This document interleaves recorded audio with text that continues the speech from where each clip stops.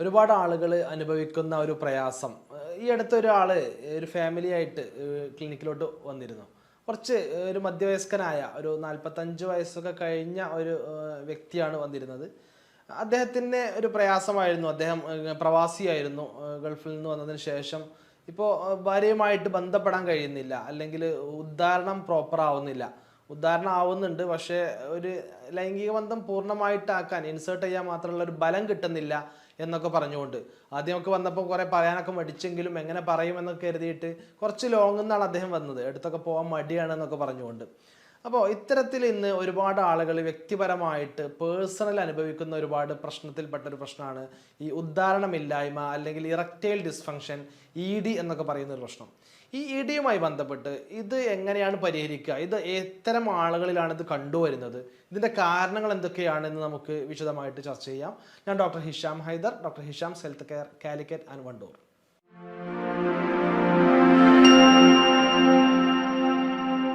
ഉദ്ധാരണ പ്രശ്നം എന്ന് പറഞ്ഞാൽ നോർമലി ഇറക്ഷൻ ഉദ്ധാരണം പലതരത്തിലുണ്ട്. അത് ഒന്ന് ഉദ്ധാരണം തീരെ ആവാത്ത പ്രശ്നം. ഇപ്പം നമുക്ക് ഭാര്യയുമായിട്ട് ഇണയുമായിട്ട് ബന്ധപ്പെടാൻ താല്പര്യം ഉണ്ടാവുന്നു, പക്ഷേ ബന്ധപ്പെടാൻ മാത്രം നമ്മളുടെ ലൈംഗിക അവയവം പെനിസ് ഇറക്റ്റഡ് ആവുന്നില്ല, ഉദ്ധരിക്കുന്നില്ല, തീരെ ഉദ്ധാരണം തന്നെ നടക്കുന്നില്ല.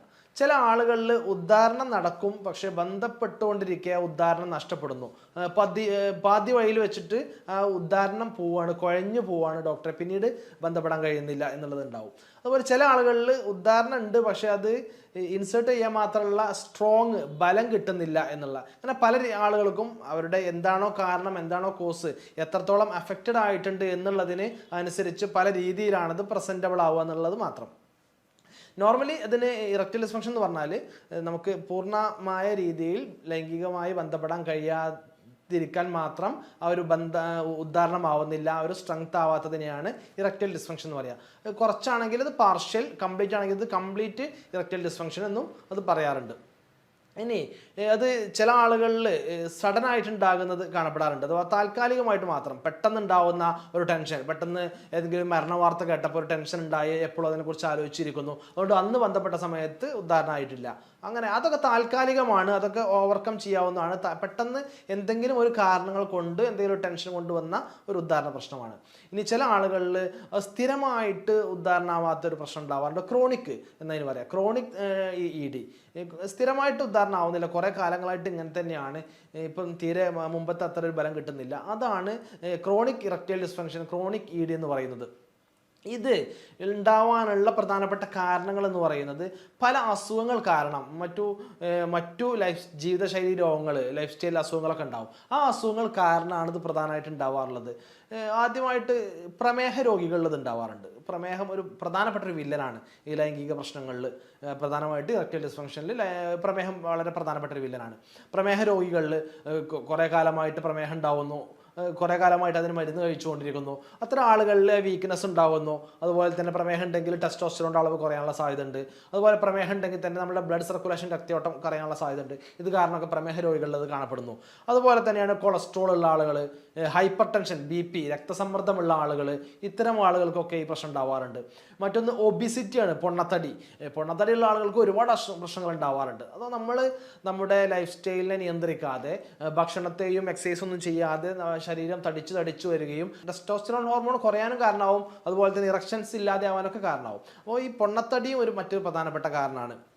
അതുപോലെ തന്നെ മറ്റു വാസ്കുലാർ സംബന്ധമായിട്ടുള്ള കാരണങ്ങളുണ്ടാവും. സർക്കുലേഷൻ, അഥവാ പ്രധാനമായിട്ട് ഏതൊരു കാരണം ഉണ്ടെങ്കിലും അതിൻ്റെ അടിസ്ഥാനം എന്ന് പറയുന്നത് ഉദ്ധാരണമില്ലായ്മക്ക്, ലിംഗത്തിലോട്ടുള്ള രക്തയോട്ടം, സർക്കുലേഷൻ കുറഞ്ഞിട്ടാണ്. അപ്പോൾ ലിംഗത്തിലോട്ടുള്ള വളരെ മൈന്യൂട്ടായിട്ടുള്ള ചെറിയ രക്തക്കോയലുകൾ, ബ്ലഡ് വെസൽസ് ലിംഗത്തിലോട്ട് ഉണ്ടാവുക, ലിംഗത്തിന് ചുറ്റും ഉണ്ടാവുക. അപ്പോൾ അതിലൂടെ കൃത്യമായ രീതിയിൽ ബ്ലഡ് സർക്കുലേഷൻ, പമ്പിങ് നടക്കുമ്പോഴാണ് ഈ ഉദ്ധാരണം പ്രോപ്പറായിട്ട് നടക്കുന്നത്. അപ്പോൾ ആ ഒരു പമ്പിങ് നടക്കുന്നില്ല. പമ്പിങ് നടത്താൻ വേണ്ടിയിട്ട് മാത്രം ടെസ്റ്റോസ്റ്ററോൺ ആക്റ്റീവ് ആവുന്നില്ല, അല്ലെങ്കിൽ ആ പമ്പിങ് നടക്കാതിരിക്കാൻ അവിടെ ചെറിയ തടസ്സങ്ങൾ, ബ്ലോക്കുകളുണ്ട്. ഇങ്ങനെയുള്ള കാരണങ്ങൾ കൊണ്ടൊക്കെ ഉദ്ധാരണം നടക്കാതിരിക്കാറുണ്ട്. അപ്പം കൊളസ്ട്രോളിലെ വ്യക്തികൾക്ക് ഇതിനെങ്ങനെ ബ്ലോക്കുകൾ ഉണ്ടാവാം. അതുപോലെ അവിടെ വാസ്കുലാർ, രക്തക്കൊലകൾ ഉണ്ടാവുന്ന പ്രശ്നങ്ങൾ കൊണ്ട് അവിടെ ബ്ലോക്ക് ഉണ്ടാവാം, അല്ലെങ്കിൽ രക്തം കൃത്യമായിട്ട് റൊട്ടേറ്റ് ചെയ്യുന്ന, രക്തം പമ്പ് ചെയ്യുന്നുണ്ടാവില്ല. ഇങ്ങനെ കാരണങ്ങൾ കൊണ്ടൊക്കെ ഉദ്ധാരണ പ്രശ്നങ്ങൾ കാണപ്പെടാറുണ്ട്. അടിസ്ഥാനപരമായിട്ട് മറ്റു പല കാരണങ്ങൾ പോലെ തന്നെ ഇതിനും പ്രധാനപ്പെട്ട മറ്റൊരു കാരണം എന്ന് പറയുന്നത് സൈക്കോളജിക്കൽ കാരണങ്ങളാണ്. ഇപ്പം ഇതുവരെ പറഞ്ഞ കാരണങ്ങളൊക്കെ മറ്റു അസുഖങ്ങളാണ്, ഫിസിക്കൽ കാരണങ്ങളാണ്, മറ്റു ഏതെങ്കിലും സർക്കുലേഷൻ രക്തയോട്ടത്തിൻ്റെ പ്രശ്നമാണ്, ഇതൊക്കെയാണ്. ഈ സൈക്കോളജിക്കൽ കാരണങ്ങളായിട്ടും ഇതിന് കണ്ടുവരാറുണ്ട്. പ്രധാനമായിട്ട് ഡിപ്രഷനുള്ള ആളുകളുണ്ടാവും. മാനസിക സമ്മർദ്ദമുള്ള ആളുകൾക്ക് പൊതുവെ ഡോപ്പമൈൻ്റെ ഹോർമോൺ കുറവായിരിക്കും. കാരണം എപ്പോഴും ഒരേ കാര്യത്തെക്കുറിച്ച് ചിന്തിച്ചുകൊണ്ടിരിക്കുന്നു, ഒരേ കാര്യത്തെക്കുറിച്ച് ആലോചിച്ച് സ്ട്രെസ്ഡ് ആയിക്കൊണ്ടിരിക്കുന്നു. അപ്പോൾ ഓട്ടോമാറ്റിക് അവരുടെ ബ്രെയിൻ അതിനനുസരിച്ച് വർക്ക് ചെയ്യുകയും സ്ട്രെസ് ഹോർമോൺസ് കൂടുകയും ചെയ്യുന്നു. ആ സ്ട്രെസ് ഹോർമോൺസ് ഉണ്ടാകുന്ന സമയത്ത് അവിടെ നമ്മുടെ സെക്ഷൽ ഹോർമോൺസ് ആയിട്ടുള്ള അല്ലെങ്കിൽ പുരുഷ ഹോർമോൺ ആയിട്ടുള്ള ടെസ്റ്റോസ്റ്ററോൺ ആക്റ്റീവ് ആവില്ല.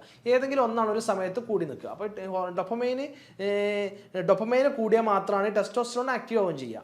അപ്പം ഈ സ്ട്രെസ് ഹോർമോൺ, ഈ സ്ട്രെസ് ഉള്ള ആളുകൾ സ്ട്രെസ് ഹോർമോൺ കൂടുന്നു, അപ്പോൾ ഡൊപ്പമൈൻ കുറയുന്നു, അപ്പോൾ ടെസ്റ്റോസ്റ്ററോൺ ആക്റ്റീവ് ആവാതിരിക്കുന്നു. ഇതൊക്കെയാണ് അതിൻ്റെ പ്രധാനപ്പെട്ട കാരണങ്ങൾ. മറ്റൊന്ന് ആങ്സൈറ്റി, ടെൻഷൻ, എന്ത് പറഞ്ഞാലും ചെറിയ ചെറിയ കാര്യങ്ങൾക്ക് പോലും പെട്ടെന്ന് ആങ്ഷ്യസ് ആവുക, പെട്ടെന്ന് ടെൻഷൻ ആവുക, അങ്ങനെയുള്ള ആളുകൾക്ക് ഉണ്ടാവും. അതുപോലെ തന്നെ റിലേഷൻഷിപ്പിൽ ചെറിയ വിള്ളലുകൾ ഉണ്ടെങ്കിൽ, മറ്റെന്തെങ്കിലും ഒരു അഭിപ്രായ വ്യത്യാസം ഉണ്ടായിട്ട്, അല്ലെങ്കിൽ വേറെ എന്തെങ്കിലും ഒരു യാത്ര പോയി, അല്ലെങ്കിൽ പറഞ്ഞത് കേട്ടില്ല, അല്ലെങ്കിൽ അവർക്ക് അവരുടേതായ സമയം കൊടുത്തിട്ടില്ല, എന്നെ കേൾക്കാൻ ആളില്ല, ഇങ്ങനെയുള്ള ദമ്പതിമാർക്കിടയിൽ ഉണ്ടാകുന്ന അഭിപ്രായ വ്യത്യാസങ്ങൾ, അവർക്കിടയിൽ ഉണ്ടാകുന്ന സ്വരച്ചേർച്ചകൾ, ആ ഒരു പ്രശ്നം കാരണം പിന്നീട് അവരോട് താല്പര്യമില്ലാതെയാവുകയും അല്ലെങ്കിൽ അവരോട് ബന്ധപ്പെടുന്ന സമയത്ത് ഇപ്പം ചില ആളുകളൊക്കെ പറയാറുണ്ട്, ചില ആളുകളടുത്ത് മാത്രം പോകുന്ന സമയത്ത് ബന്ധപ്പെടാൻ കഴിയുന്നില്ല. അതോ അവർ ആ വ്യക്തിയോടുള്ള പ്രശ്നമാണത്. അഥവാ അവരുമായിട്ട് മാനസിക അടുപ്പമില്ലാത്ത കാരണം, അല്ലെങ്കിൽ മാനസികപരമായിട്ട് അകൽച്ച ഉള്ളത് കൊണ്ട്, അല്ലെങ്കിൽ എന്തെങ്കിലും ഒരു പ്രശ്നമുള്ളത് കൊണ്ട്, ഒരു വെറുപ്പുള്ളത് കൊണ്ടാണ് സംഭവിക്കുന്നത്. അതും ഈ സൈക്കോളജിക്കൽ ഫാക്ടറാണ്. അത്തരത്തിൽ നമ്മുടെ ഹോർമോൺ ആ സമയത്ത് ആക്റ്റീവ് ആവില്ല. ആ രീതിയിൽ സൈക്കോളജിക്കൽ ഫാക്ടറായിട്ട് അത് കണ്ടുവരുന്നുണ്ട്. ഇനി മറ്റൊരു പ്രധാനപ്പെട്ട കോസാണ്, ഒരുപാട് മരുന്ന് കഴിക്കുന്ന ആളുകളുണ്ട്. ഇപ്പം ഡിപ്രഷനുള്ള ആളുകൾ ആൻറ്റി ഡിപ്രസൻ മരുന്നുകൾ കഴിക്കുന്നു, സൈക്കോളജിക്കൽ മരുന്ന്, മാനസിക സമ്മർദ്ദമുള്ള ആളുകൾ മരുന്ന് കഴിക്കുന്നുണ്ട്. ആ മരുന്നിൻ്റെ പാർശ്വഫലമായിട്ട് ഇറക്ടൈൽ ഡിസ്ഫങ്ഷൻസ് വരാം. അതുകൊണ്ട് അത് കുറേ കാലമായിട്ട് കഴിക്കുന്ന ആളുകൾക്ക് അതിൻ്റെ സൈഡ് എഫക്റ്റ് ആയിട്ട് വരാറുണ്ട്. സ്റ്റിറോയിഡ് കഴിക്കുന്ന ആളുകൾക്ക്, അതുപോലെ ബിപിൻ്റെ മരുന്ന്, ബ്ലഡ് പ്രഷറിൻ്റെ മരുന്ന് കൂടുതലായിട്ട് സ്ഥിരമായിട്ട് കഴിക്കുന്ന ആളുകൾക്ക് ഇത് വരാറുണ്ട്. ഇങ്ങനെ ഒരുപാട് മെഡിക്കേഷൻസ് സ്ഥിരമായിട്ട് കഴിക്കുന്ന ആളുകളിലും ഇത്തരം പ്രശ്നങ്ങൾ കണ്ടുവരാറുണ്ട്. ഇതൊക്കെയാണ് നോർമലി ഒരു ഉദാഹരണ പ്രശ്നം ഉള്ള ആളുകളിൽ, അല്ലെങ്കിൽ സെക്ഷൽ പ്രോബ്ലം ഉള്ള ആളുകളിൽ കണ്ടുവരുന്ന പ്രധാനപ്പെട്ട കാരണങ്ങൾ എന്ന് പറയുന്നത്. ഇനി ഇത് ആദ്യമായിട്ട് ഇത്തരം പ്രശ്നങ്ങൾ ഉണ്ട് എന്ന് അറിയുമ്പോൾ നമ്മൾ നിർബന്ധമായിട്ടും ടെസ്റ്റ് ചെയ്യുമ്പോൾ അവരുടെ ബ്ലഡ് കൊളസ്ട്രോൾ, ഷുഗർ, അതുപോലെ തന്നെ യൂറിക് ആസിഡ്, തൈറോയിഡ് ഒക്കെ നോക്കണം. തൈറോയിഡ് പ്രശ്നമുള്ള ആളുകൾക്കും ഇത്തരത്തിലുള്ള സെക്ഷൻ പ്രോബ്ലം കാണാറുണ്ട്. അതുകൊണ്ട് ഇത്തരത്തിലുള്ള പ്രശ്നങ്ങൾ ഉണ്ടെങ്കിൽ അതുകൂടെ മാനേജ് ചെയ്യണം. അതിനുള്ള ആവശ്യമായിട്ടുള്ള ഡയറ്റ് കൺട്രോളും മറ്റു ശ്രദ്ധിക്കേണ്ട കാര്യങ്ങളൊക്കെ ശ്രദ്ധിക്കണം. അതിനുള്ള ട്രീറ്റ്മെൻറ്റ് എടുക്കേണ്ടതുണ്ടാവും. കാരണം അത് കാരണമാണ് ഇത് വന്നിട്ടുണ്ടെങ്കിൽ അതുകൂടെ മാനേജ് ചെയ്താലേ പൂർണ്ണമായിട്ട് ഈ ഒരു സെക്ഷൽ പ്രോബ്ലം മാറ്റാൻ കഴിയുള്ളൂ. അതുകൊണ്ട് ടെസ്റ്റ് ചെയ്ത് കൃത്യമായിട്ട് മറ്റെന്തെങ്കിലും അസുഖങ്ങൾ ഉണ്ടോ ഇല്ലയോ എന്ന് കൺഫേം ചെയ്യലും പ്രധാനമാണ്. മറ്റൊരു പ്രധാനപ്പെട്ട ഒരു കാര്യം, വൈറ്റമിൻ ഡി കുറഞ്ഞ ആളുകളിലും ഈ സെക്ഷൽ പ്രോബ്ലംസ് ഉള്ളതായിട്ട് കാണപ്പെടാറുണ്ട്, ഉദാഹരണമാവാത്ത രീതിയിൽ കാണാറുണ്ട്. വൈറ്റമിൻ ഡി നോർമൽ എന്ന് പറയുന്നത് 30 അതിന് മുകളിലോ ആണ്. ഇനി അതിലും താഴെയാണെങ്കിൽ 20 to 30 ആണെങ്കിൽ ആവറേജ് ഉണ്ട് എന്ന്, ചെറുതായിട്ടുണ്ടെന്ന് പറയാം. അതിൽ 20 കുറവൊക്കെ ആണെങ്കിൽ കൃത്യമായിട്ട് സപ്ലിമെൻ്റ് എടുക്കേണ്ടി വരും, വൈറ്റമിൻ ഡിയുടെ സപ്ലിമെൻ്റ് എടുക്കേണ്ടി വരും. അതിനാവശ്യമായിട്ടുള്ള കാര്യങ്ങൾ ശ്രദ്ധിക്കേണ്ടി വരും, വെയിൽ കൊള്ളേണ്ടിയൊക്കെ വരും. കാരണം ആ വൈറ്റമിൻ ഡിൻ്റെ കുറവുണ്ടോയെന്നും നമ്മൾ നോക്കേണ്ടതുണ്ട്. വൈറ്റമിൻ ഡിയുടെ മറ്റു ലക്ഷണങ്ങൾ എന്തെങ്കിലും കാണപ്പെടുന്നുണ്ടെങ്കിൽ അതുകൂടെ റൂൾ ഔട്ട് ചെയ്തിട്ട് വേണം നമ്മൾ ഇതിന് ട്രീറ്റ്മെൻറ്റിലോട്ട് പോകാൻ. ഇനി ഇത്തരത്തിലുള്ള ഉദാഹരണ പ്രശ്നമുണ്ട്, ഇതാണ് നമ്മളുടെ കാരണം, ഇന്ന അസുഖങ്ങളുണ്ട്, ഉദാഹരണം ആവുന്നില്ല, കുറേ കാലമായിട്ട് ലൈംഗികപരമായിട്ട് തൃപ്തി കിട്ടുന്നില്ല എന്നൊക്കെ മനസ്സിലായി കഴിഞ്ഞാൽ കൃത്യമായിട്ട് അതിന് നമ്മൾ ശ്രദ്ധിക്കേണ്ട ഒരുപാട് കാര്യങ്ങളുണ്ട്. ഇതുവരെ പറഞ്ഞ കാരണങ്ങളൊക്കെ ഒഴിവാക്കുക എന്നുള്ളതാണ്. അഥവാ നമുക്ക് അമിതമായിട്ട് നമ്മളുടെ സർക്കുലേഷൻ്റെ പ്രശ്നമാണെന്ന് പറഞ്ഞു. അപ്പോൾ ആ സർക്കുലേഷൻ കുറക്കാൻ കാരണമായിട്ടുള്ള ലൈഫ് സ്റ്റൈലൊക്കെ മാറ്റണം. സർക്കുലേഷൻ കുറയുന്നു എന്ന് തോന്നുന്ന രീതിയിൽ ഉണ്ടാവുന്ന സ്മോക്കിങ് അത് ഒഴിവാക്കണം. അത്തരത്തിലുള്ള അമിതമായിട്ടുള്ള മദ്യപാനം അത് ഒഴിവാക്കണം. അതുപോലെ തന്നെ വ്യായാമം ഇല്ലാത്തൊരവസ്ഥ, നമ്മൾ സ്ഥിരമായിട്ട് വ്യായാമം ചെയ്യണമെന്ന് പറയുന്നത് എന്തിനാ? നമ്മളുടെ എല്ലാവിധ ഹോർമോണൽ ഇംബാലൻസ് റെഡിയാക്കാൻ, ശരീരത്തിന് ആയാസം കിട്ടാൻ, ആക്റ്റീവ് ആവാൻ, അതുപോലെ തന്നെ രക്തയോട്ടം കൂട്ടാനുമാണ്. നമ്മുടെ ബ്ലഡ് സർക്കുലേഷൻ കൂട്ടാൻ വേണ്ടിയിട്ട് ഹെൽപ്പ് ചെയ്യുന്ന ഒന്നാണ് നമ്മുടെ വ്യായാമം, എക്സസൈസ് എന്ന് പറയുന്നത്. അതുകൊണ്ട് എക്സസൈസ് സ്ഥിരമായിട്ട് കൃത്യമായിട്ട് ഒരു 40 മിനിറ്റെങ്കിലും ഒരു ദിവസം ചെയ്യുന്നുണ്ട് എന്ന് ഉറപ്പുവരുത്തുക. വെള്ളം ധാരാളമായിട്ട് കൊടുക്കുക. നമ്മളുടെ രക്തത്തിൻ്റെ പമ്പിങ് നടക്കാനും സർക്കുലേഷൻ നടക്കാനും ജലാംശം കൃത്യമായിട്ട് ശരീരത്തിലേക്ക് എത്തുന്നുണ്ട് എന്നുള്ളത് ഒരു പ്രധാന ഘടകമാണ്. അതുകൊണ്ട് കൃത്യമായിട്ട് വെള്ളം കുടിക്കുക എന്നുള്ള കാര്യം ശ്രദ്ധിക്കുക. കൃത്യമായിട്ട് ഭക്ഷണത്തിൽ ഫാസ്റ്റ് ഫുഡ്, ജങ്ക് ഫുഡ്, കോള ഡ്രിങ്ക്സ്, പാക്കറ്റ് ഫുഡ് ഇങ്ങനെയുള്ള കാര്യങ്ങളൊക്കെ മാക്സിമം അവോയ്ഡ് ചെയ്യുക. മാസത്തിൽ 1-2 തവണ ഫാസ്റ്റ് ഫുഡ് കഴിച്ചു എന്നുള്ളതല്ല പ്രശ്നമായിട്ട് പറയുന്നത്. സ്ഥിരമായിട്ട് ഫാസ്റ്റ് ഫുഡിന് അഡിക്ഷൻ ആണെങ്കിൽ, സ്ഥിരമായിട്ട് ബേക്കറി പലഹാരങ്ങൾക്ക് അഡിക്ഷൻ ആണെങ്കിൽ, സ്ഥിരമായിട്ട് കോള ഡ്രിങ്ക്സ് പോലെയുള്ള ഡ്രിങ്ക്സിന് അഡിക്ഷൻ ആണെങ്കിൽ അത് ഒഴിവാക്കുക. അത് കുറച്ചുകൂടെ നോർമലൈസ്ഡ് ഫുഡിലേക്ക് മാറുക. ഇനി ഈ പ്രോട്ടീൻസ് പോലെയുള്ള വൈറ്റമിൻസ്, അതുപോലെ സെലീനിയം, സിങ്ക്, മെഗ്നീഷ്യം പോലെയുള്ള കണ്ടൻസ് അടങ്ങിയിട്ടുള്ള ആഹാരങ്ങൾ ധാരാളമായിട്ട് ഭക്ഷണത്തിൽ ഉൾപ്പെടുത്തുക. ഇത്തരത്തിലുള്ള ഘടകങ്ങൾ, മൂലകങ്ങൾ നമ്മുടെ സെക്ഷൽ ഹെൽത്തിനെ, ഇറക്ഷനെ, രക്തയോട്ടത്തെ അത് ഹെൽപ്പ് ചെയ്യുന്നു, വർദ്ധിപ്പിക്കുന്നു. അതുകൊണ്ട് അത്തരത്തിലുള്ള ഇലക്കറികളാവാം, പച്ചക്കറികളാവാം, ഫ്രൂട്ട്സ്, ചെറുപയർ, കടല, മമ്പയർ, ഡേറ്റ്സ്, നട്ട്സ്, അതുപോലെ ഇപ്പം ഈ സെലീനിയം സിങ്കൊക്കെ ഉള്ളതാണെങ്കിൽ ചെറുമത്സ്യങ്ങളായിട്ടുള്ള കക്ക, കൂന്തൽ, ഞണ്ട്, ചെമ്മീൻ പോലെയുള്ളതൊക്കെ ധാരാളമായിട്ട് കഴിക്കുക. ഇതൊക്കെ ഭക്ഷണത്തിലൂടെ ഉൾപ്പെടുത്തും. അങ്ങനെ ഹെൽത്തി ഫുഡ് കഴിക്കുക. അപ്പം നോൺ വെജൊക്കെ നമുക്ക് വീട്ടിൽ നിന്ന് വെച്ച് ഹെൽത്തി ആയിട്ട് കഴിക്കാം. സ്ഥിരമായിട്ട് ഉപയോഗിക്കുന്ന ഒരേ എണ്ണയിൽ ഉപയോഗിച്ചുകൊണ്ട് കഴിക്കുന്ന അതൊക്കെ അമിതമായിട്ട് ഉണ്ടെങ്കിൽ അതൊക്കെ കുറച്ച് കൊണ്ടുവരിക. ഇങ്ങനെ ഡയറ്റ് കൺട്രോൾ, എക്സസൈസ് ചെയ്യുക, വെള്ളം കുടിക്കുക, അതുപോലെ ഉറക്കം കൃത്യമായിട്ട് ഉറങ്ങുന്നുണ്ടെന്ന് ഉറപ്പുവരുത്തുക. ഈ കാര്യങ്ങളൊക്കെ ശ്രദ്ധിക്കുക. എന്തെങ്കിലും കുറവുണ്ടെങ്കിൽ, മറ്റെന്തെങ്കിലും അസുഖങ്ങൾ, ഷുഗർ ഉണ്ടെങ്കിൽ ഷുഗർ കൺട്രോൾ ചെയ്യുക, വൈറ്റമിൻ ഡി കുറവുണ്ടെങ്കിൽ വൈറ്റമിൻ ഡിൻ്റെ സപ്ലിമെൻറ്റ് കഴിക്കുക. ഇങ്ങനെ എന്തെങ്കിലും മറ്റു പ്രശ്നങ്ങളുണ്ടെങ്കിൽ അത് മാനേജ് ചെയ്യണം. ഈ പറയുന്ന കാര്യങ്ങളും കൃത്യമായിട്ട് അതിൽ ശ്രദ്ധിക്കേണ്ടതായിട്ടുണ്ട്. ഇത് കൃത്യമായിട്ട് ശ്രദ്ധിക്കും. അപ്പം അതുപോലെ തന്നെ മറ്റു നോർമലായിട്ടുള്ള, അപ്പം നമ്മുടെ ഈത്തപ്പഴം എന്ന് പറയും, ഈത്തപ്പഴം, അതുപോലെ തന്നെ മുരിങ്ങാക്കായ, നേന്ത്രപ്പഴം, ഇതൊക്കെ ഈ സെക്ഷൽ ഹെൽത്തിനെ നന്നായിട്ട് ഹെൽപ്പ് ചെയ്യുന്ന ആഹാരങ്ങളാണ്. ഇതൊക്കെ നമുക്ക് ആഹാരത്തിൽ കൂടുതലായിട്ട് ഉൾപ്പെടുത്താവുന്നതാണ്. ഈ കാര്യങ്ങളൊക്കെ ശ്രദ്ധിക്കുന്നതോടൊപ്പം കൃത്യമായിട്ട് ഇതിന് ചികിത്സ ആവശ്യമായിട്ട് വരും. അല്ലെങ്കിൽ ഇത് വളരെ ചെറിയ രീതിയിലാണ് ഉദാഹരണ പ്രശ്നമെങ്കിൽ പിന്നീട് അത് നമ്മളുടെ ഇണകൾ തമ്മിലുള്ള പ്രശ്നമായിട്ട്, ദാമ്പത്യ പ്രശ്നങ്ങളായിട്ട്, ഡിവേഴ്സിലേക്കൊക്കെ എത്തിപ്പെടുന്ന ഒരുപാട് കേസുകൾ നമുക്ക് ചുറ്റും കാണപ്പെടാറുണ്ട്. അപ്പം അത്തരത്തിലുള്ള അത് തുടക്കത്തിൽ തന്നെ ഇത് മടി കൂടേണ്ട കാര്യമോ, ഞാൻ തുടക്കത്തിൽ പറഞ്ഞു ഒരു കപ്പിൾസ് വന്ന കാര്യം. അപ്പോൾ അത് മടിക്കേണ്ട കാര്യമൊന്നുമില്ല. നമുക്ക് ഏതൊരു പ്രശ്നമുള്ള പോലെ തന്നെ ഇതും ഡോക്ടറെ കാണിക്കേണ്ട ഒരു അസുഖം തന്നെയാണ്. അപ്പം ഇതും നമ്മുടെ ലൈഫിൻ്റെ ഒരു ഭാഗമാണ് എന്ന് മനസ്സിലാക്കിക്കൊണ്ട് പ്രശ്നങ്ങൾ ഉണ്ടെങ്കിൽ കൃത്യമായിട്ട് ധൈര്യമായിട്ട് പേടിയോ മടിയോ ഒന്നും കൂടാതെ ഡോക്ടറെ കൺസൾട്ട് ചെയ്യുകയും അത് കൃത്യമായിട്ട് മനസ്സിലാക്കിയതിന് ശേഷം ആവശ്യമാണെങ്കിൽ അതിന് ട്രീറ്റ്മെൻറ്റ് എടുക്കുകയും ചെയ്യുക. കൃത്യമായിട്ട് താൽക്കാലികമായിട്ട് ഒരുപാട് സോഷ്യൽ മീഡിയകളിലും പരസ്യങ്ങളിലും വീഡിയോകളിലൊക്കെ ഒരുപാട് പ്രൊഡക്റ്റുകളുടെ പരസ്യം കാണപ്പെടാറുണ്ട്. താൽക്കാലികമായിട്ട് റിസൾട്ട് കിട്ടുന്ന രീതിയിൽ പല പേരുകളിലായിട്ട് അറിയപ്പെടുന്ന പ്രൊഡക്റ്റുകൾ പരസ്യം ചെയ്തുകൊണ്ട് ആളുകളൊക്കെ ചെയ്യാറുണ്ട്.